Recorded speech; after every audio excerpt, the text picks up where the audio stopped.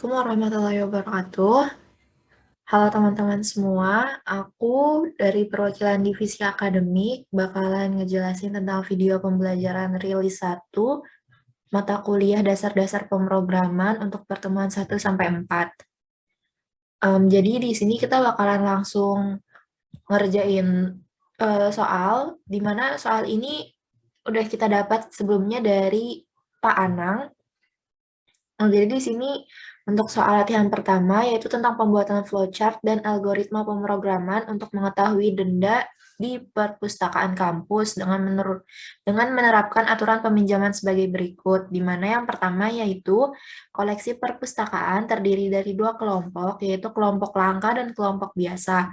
Yang kedua, jika koleksi yang dipinjam tergolong ke dalam kelompok langka, maka lama peminjaman dibatasi maksimal 3 hari. Keterlambatan pengembalian untuk 4 hari pertama dikenakan denda sebesar Rp1.000 per hari, 3 hari berikutnya dikenakan denda sebesar Rp2.500 per hari, dan hari-hari berikutnya dikenakan denda Rp5.000 per hari. Dan ketentuan yang terakhir yaitu jika koleksi yang dipinjam tidak tergolong ke dalam kelompok langka, maka lama peminjaman dibatasi maksimal 7 hari. Keterlambatan pengembalian dikenakan denda sebesar Rp500 per hari. Buat soal yang pertama tadi, kita langsung bikin flowchart-nya. Untuk aku sendiri, di sini bakalan praktekin bikin flowchart di Flowgarithm. Kenapa Flowgarithm? Karena di Flowgarithm itu kita pertama bisa ngepastiin gitu loh, apakah flowchart yang kita pakai itu tuh berhasil atau tidak. Yang kedua, di Flowgarithm ini, kita bisa dari flowchart itu bisa ngebuat algoritmanya, langsung ngebuat algoritmanya bisa ke pseudocode atau langsung ke Pascal.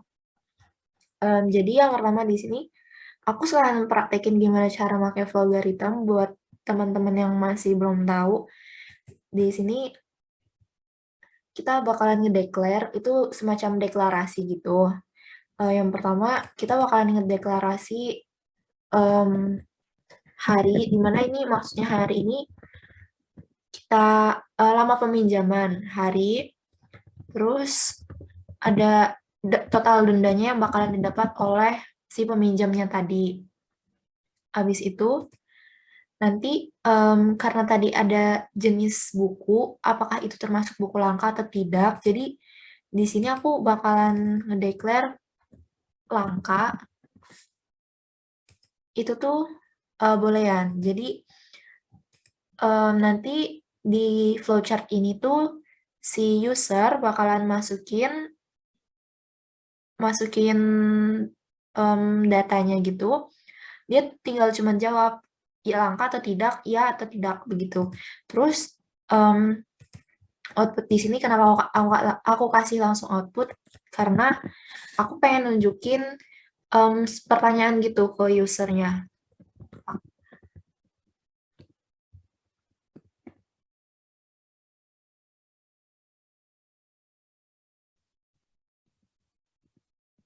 Nah, di sini aku jelasin karena tadi pakai boolean, jadi boolean di sini dalam Flowgarithm itu penggunaannya true atau false. Jadi anggapannya kita perlu jelasin si user ini nulisnya itu inputnya itu true atau false. Jadi aku tulis di sini dijawab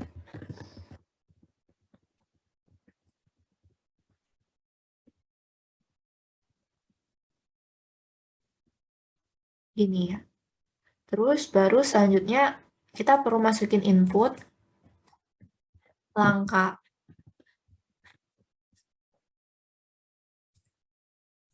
Lalu habis itu perlu ditanya lagi, dia lama peminjamannya berapa gitu. Jadi aku nulis lagi di sini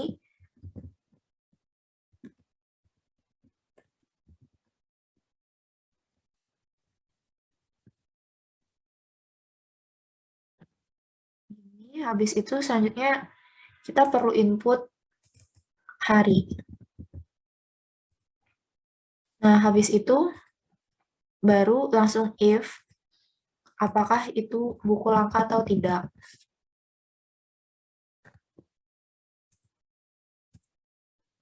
Oh, mas, sorry, sorry. Nggak boleh pakai tanda tanya, guys. Angka. Terus, ini kan ada true atau false. Biar enak, kita nyelesain yang false-nya dulu.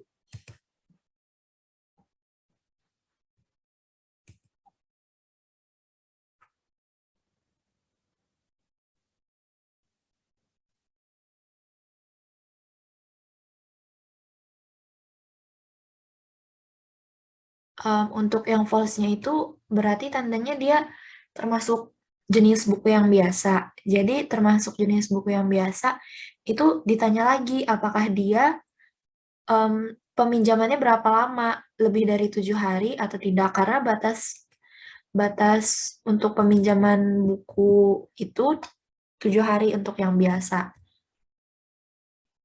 Jadi hari lebih dari 7. Kalau false berarti kalau hari lebih dari 7, kalau false berarti di bawah dari 7 kan. Jadi langsung outputnya tidak terkena denda. Kenapa di sini aku pakai tanda petik? Itu karena artinya ini tuh kalimat yang aku kasih. Kalau cuman tidak terkena denda tanpa tanda petik, itu bakalan error. Jadi kalau true, jadi setiap hari di luar 7 hari itu bakalan ada denda. Jadi variabelnya itu denda. Di mana harinya dikurang 7,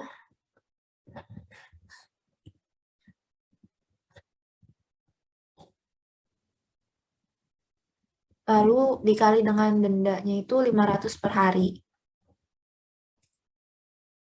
Jadi gini. Terus nanti outputnya tinggal tulis denda tanpa tanda petik.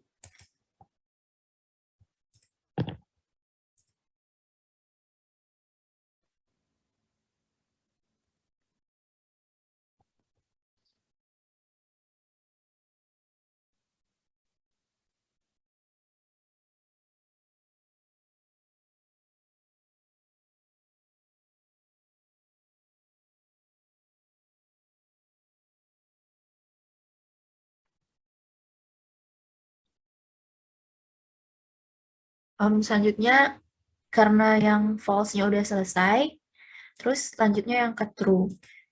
Kita pakai if, tadi dikatakan sebelumnya, kalau batas peminjaman untuk buku langka itu 3 hari. Jadi, harinya itu lebih dari 3. Jadi, kalau false berarti tandanya dia kurang dari 3 hari kan. Jadi, outputnya langsung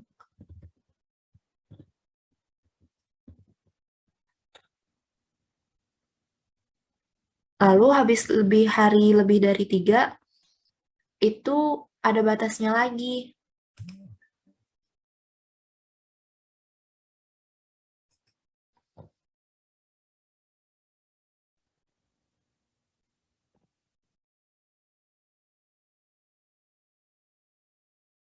Dia bilang kalau 4 hari pertama setelah dari 3 hari itu bakalan kena denda. Terus kita pakai if lagi. Apakah harinya itu lebih dari 7? Kenapa lebih dari 7? Karena 3 hari tadi udah duluan. Terus selanjutnya 4 hari. Jadinya kan 3 tambah 4, 7. Jadi kalau false-nya itu kurang dari 7. Kalau kurang dari 7, itu bakalan kena denda sebesar Rp1.000 per hari. Jadi variabelnya itu denda lagi, di mana itu harinya, total harinya tadi dikurang 3, dikali 1.000. Terus bakalan keluar, kita tulis outputnya di sini denda.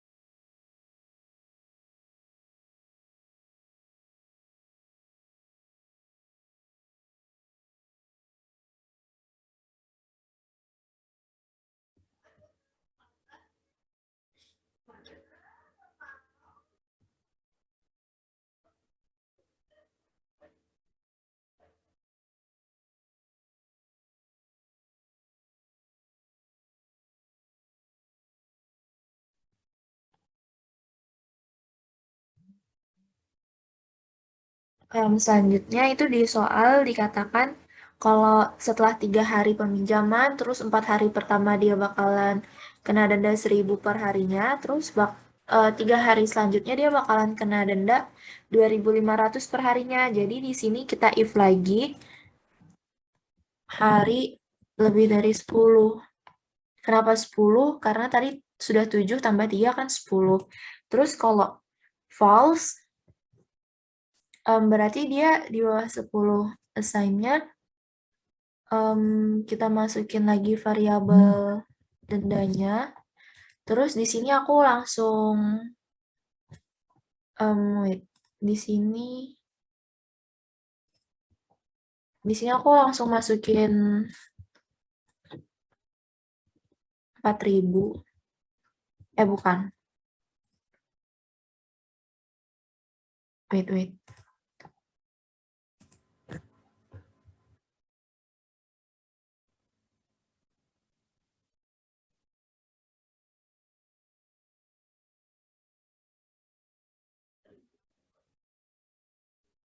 4.000 ditambah,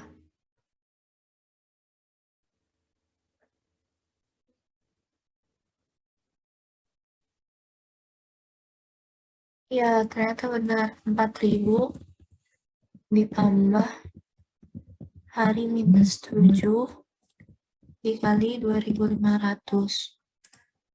Terus outputnya di sini kita masukin denda.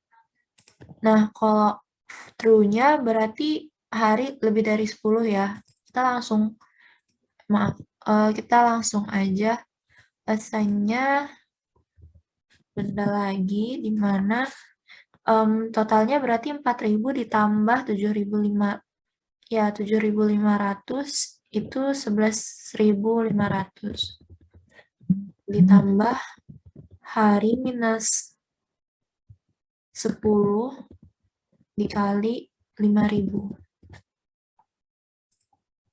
Habis itu langsung outputnya juga rendah. Gini. Terus N. Jadi kalau di flowgarithm itu kita bakalan bisa cek apakah flowchart kita itu tuh benar atau salah. Jadi kita pakai di sini. Apakah buku yang dipinjam adalah buku langka? Semisal kita coba false dulu. Berapa hari lama peminjaman buku? Karena tadi batasnya 5, kita coba yang di bawah, maaf, batas harinya 7, jadi kita coba di bawah 7, semisal 5. Terus benar ya, tidak terkena denda. Terus kita coba lagi, kita coba false lagi. Berapa hari? Anggaplah 10, 1.500. Karena kan 10 kurang 7, 3 kali 500, 1.500. Berarti benar ya. Terus kita coba salah satu pakai yang langka. Ini true. Berapa hari?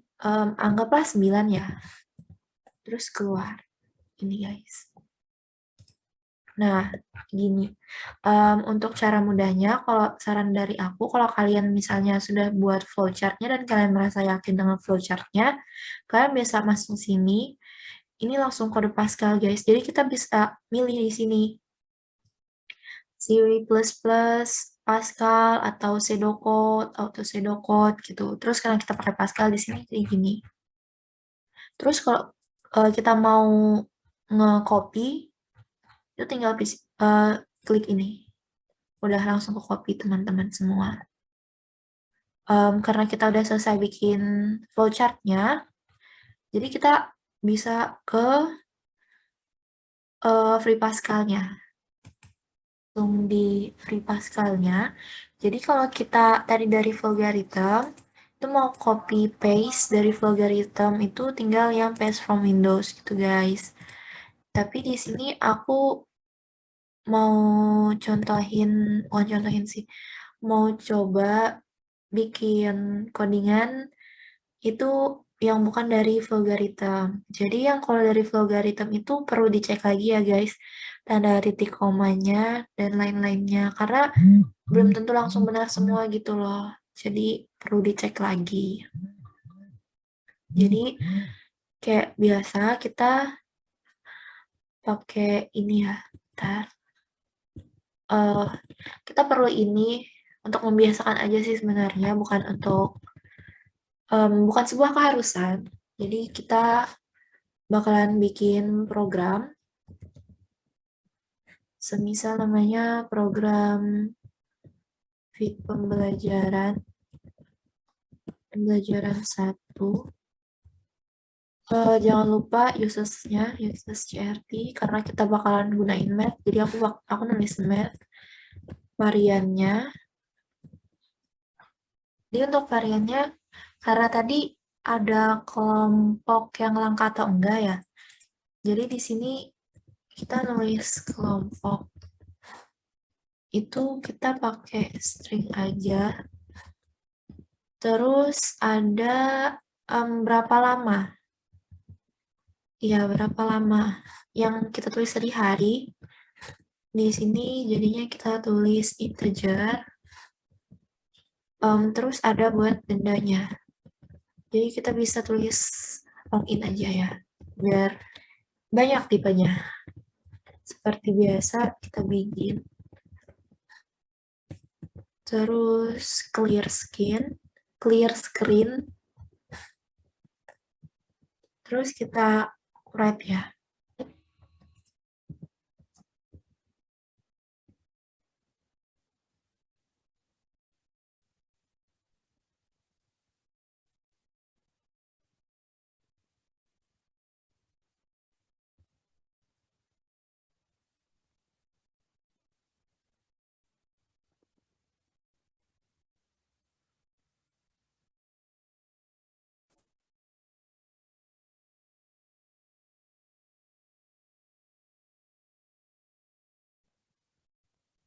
Kita perlu jelasin ya. Jadi di sini mau tulis y, anggaplah gitu ya guys. Jadi titik koma baru return. Ini masuknya kelompok. Terus write lagi.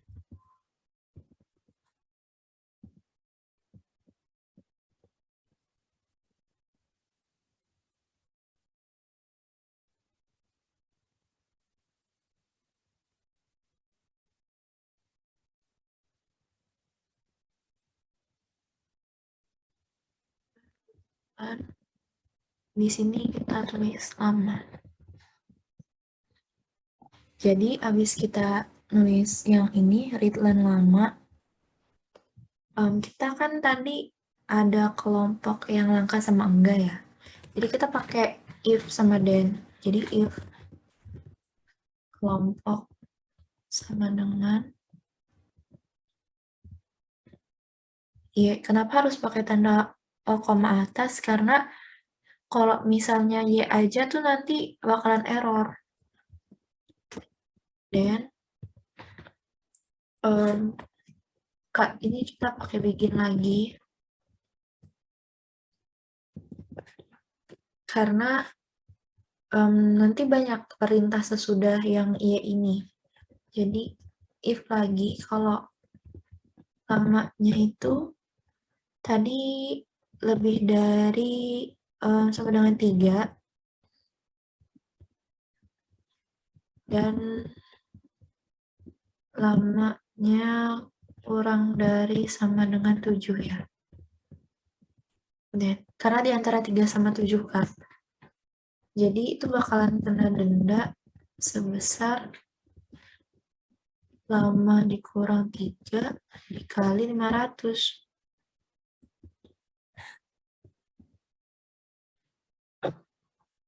Salah, maaf. Dikali 1000.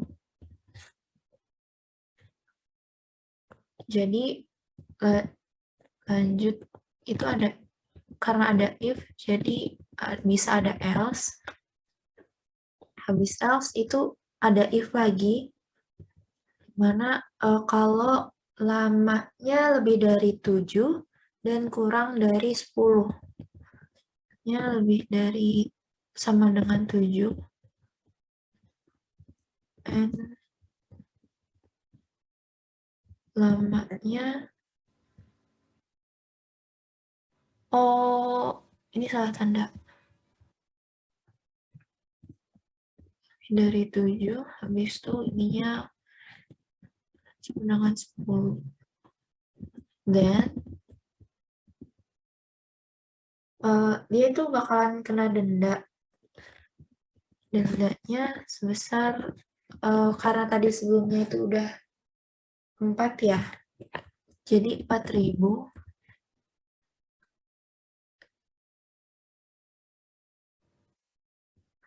ditambah lama dikurang 7 dikali 2.500. Habis itu karena di sini ada if, ya ini kita bisa pakai else lagi.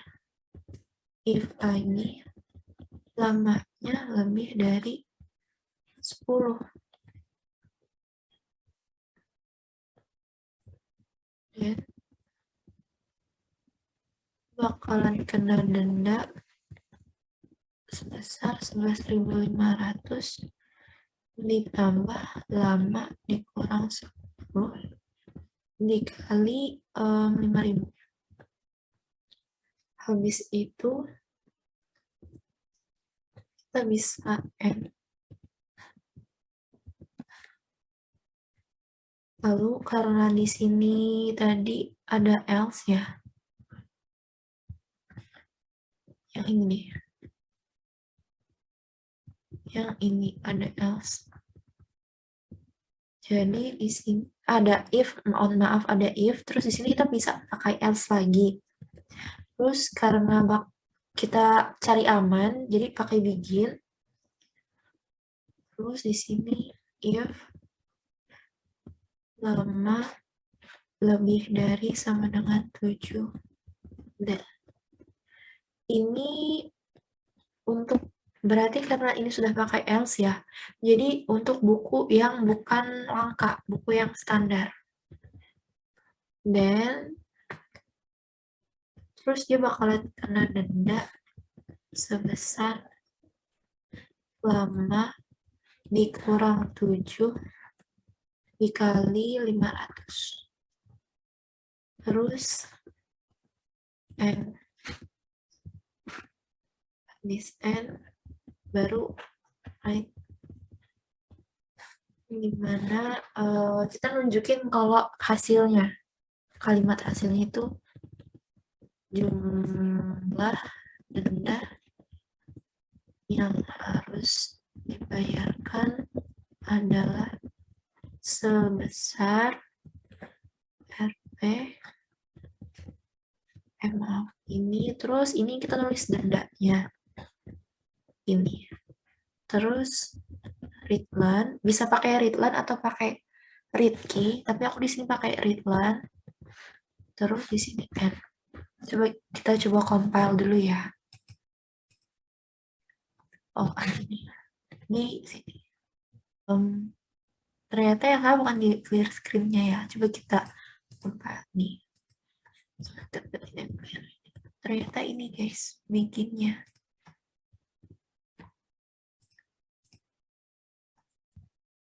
Terus 32.3 Redland 32.3 ini N-nya nggak boleh ini, salah ini. Coba kita compile lagi. Udah bisa. Coba kita run. Apakah buku yang kamu pinjam termasuk koleksi langka? Misalnya Y. Berapa lama yang kamu pinjam? Misalnya 6. Terus keluar. Dari sini kita bisa ya ngebuktiin kalau kode program yang kita buat tadi itu udah berhasil gitu. Satunya kita udah buat flowchart-nya dari Flowgarithm, terus algoritma pemrogramannya sudah kita coba. Kita pakai algoritma pemrograman sendiri yang bukan dari flowchart-nya, bukan dari flowchart Flowgarithm-nya. Terus kita coba lanjut ke soal nomor 2. Oke. Jadi soal nomor 2 itu kita diminta untuk membuat program di mana program tersebut meminta user untuk memasukkan dua buah bilangan dengan ketentuan apabila kedua bilangan adalah bilangan yang berbeda, bilangan yang lebih kecil dijumlahkan dengan angka 10 dan hasilnya ditampilkan di layar. Bilangan yang lebih besar dijumlahkan dengan angka 5 dan hasilnya ditampilkan di layar. Lalu ketentuan yang kedua, apabila kedua bilangan adalah bilangan yang sama, maka kedua bilangan dijumlahkan dan dibagi dengan angka 2, kemudian hasilnya ditampilkan di layar. Kita udah masuk ke ke Free Pascal-nya yang tadi. Jadi kita bisa masukin dua program dalam satu file. Itu kita bisa pakai kurung awal di sini sama di akhir. Jadi itu gunanya ibaratnya buat ngematiin program yang kita kurung awal gitu. Jadi terus kita tulis ulang.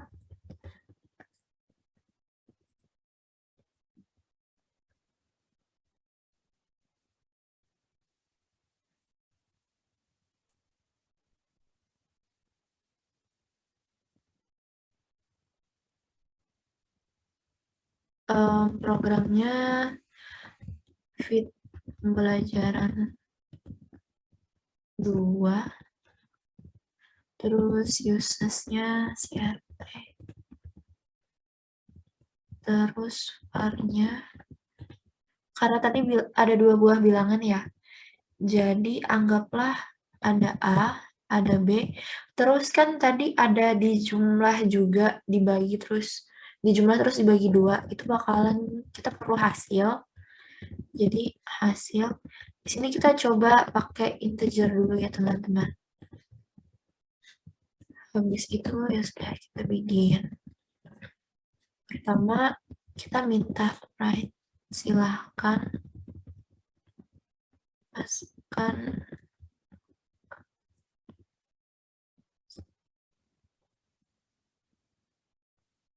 terus kita read, anggaplah sebagai A, terus write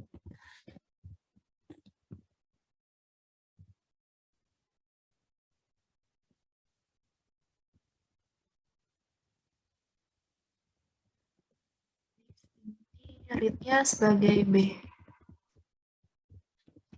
Ini. Jadi itu ada kondisi di mana mereka sama. Kita pakai yang mudah dulu, pakai yang sama. Jadi if A sama dengan B, then hasil itu karena kita pakai varian integer, pakai tipe integer, jadi kita nggak bisa pakai ini, nggak bisa kayak gini. A plus B per 2. Nggak bisa kayak gini.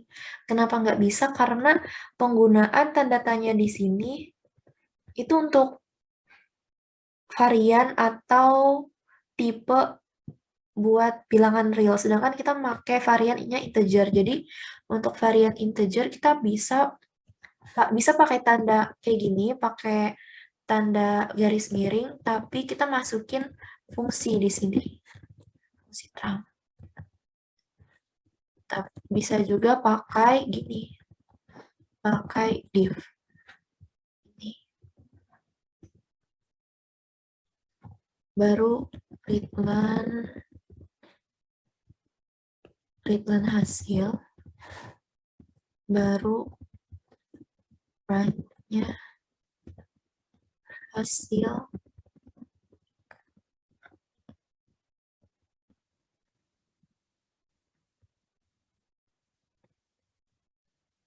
ini. Terus yang kedua, kita kalau memakai if then tidak harus pakai else, tapi ketika kita ingin memakai else kita perlu pakai if then.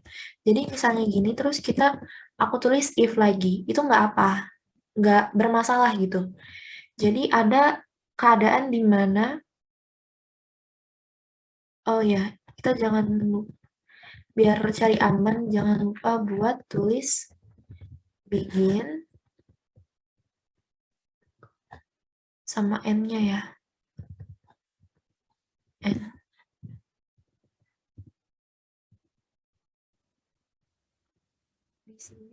if kita kan masukin dua bilangan A dan B. Kita nggak tahu nih A yang bilangan pertama lebih besar atau bilangan kedua yang bakalan lebih besar. Jadi di sini kita bakalan ada dua kemungkinan ketika A lebih besar dari B. Dan baru masukin ketika bilangan yang lebih besar.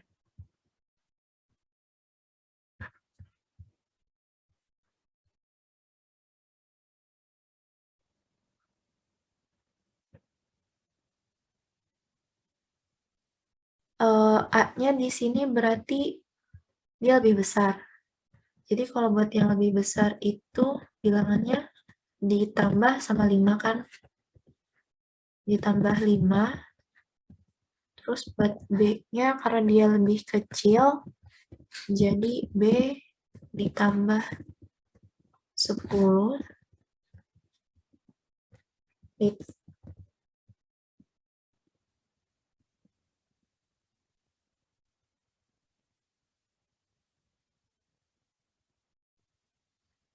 Berikutnya kita bisa bilangan pertama.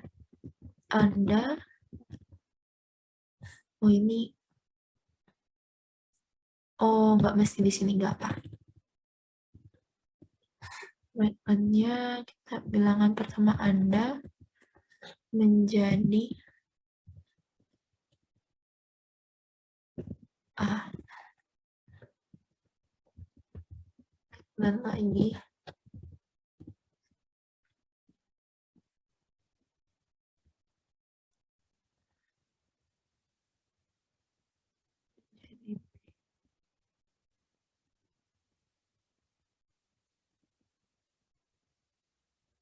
A, B, gini.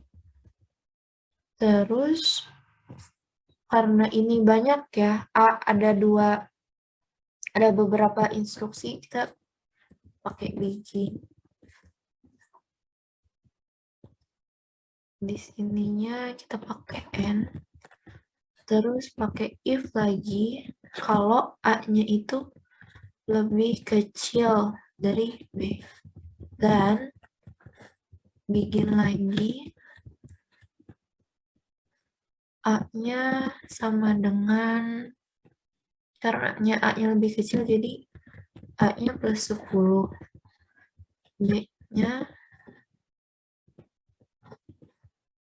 plus 5. Baru Redland lagi.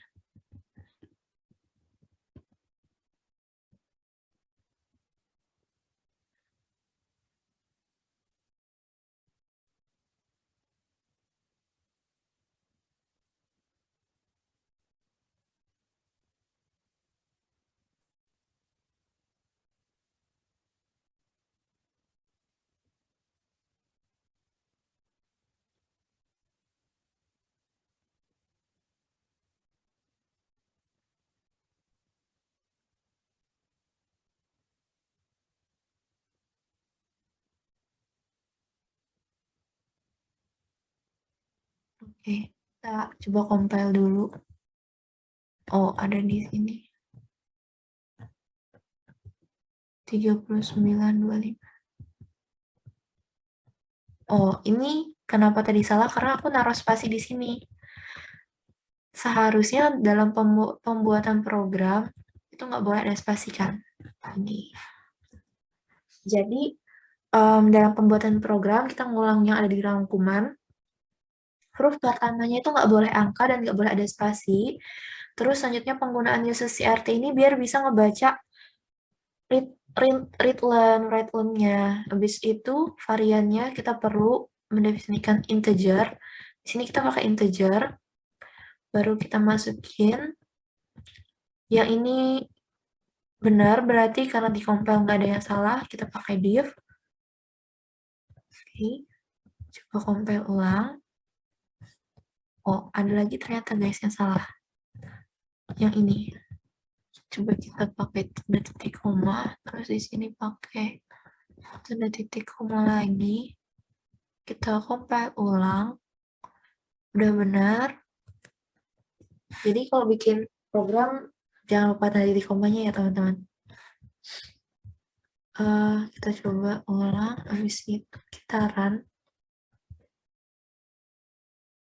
Ini kalau kita nggak pakai clear screen tuh kayak gini teman-teman. Yang kelihatan ininya, ini. Silakan masukkan angka pertama Anda di sini, misalnya 5. Coba lihat teman-teman, kenapa di sini aku sudah masukin 5, kedua-duanya 5, tapi hasilnya nggak kelihatan ternyata. Kenapa? Coba kita cek kodenya ulang ya. Ini kita cek kode ulang di, berarti yang sama ya, yang sama dengan readline hasil.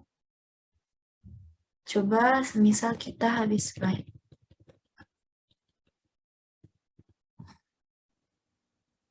Kayak gini. Readline hasil. Kita coba ulang, coba tulis di sini. Kan tadi awalnya readline-nya di atas ya. Kita coba tulis ulang di bawah. Kita compile dulu. Ini kalau kita masih nggak pakai clear screen ya teman-teman.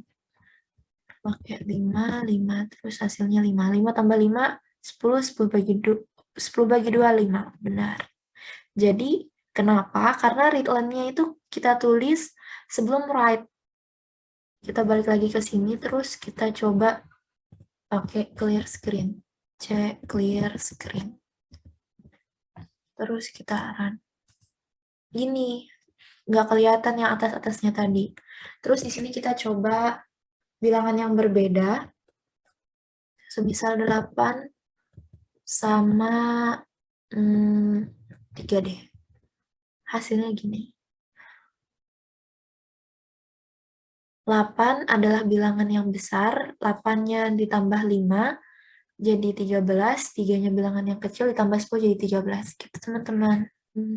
Tadi itu udah penjelasan tentang kita buat pemrograman, algoritma pemrograman tentang soal nomor 2 ini di Free Pascal ya. Aku rasa itu udah cukup jelas banget.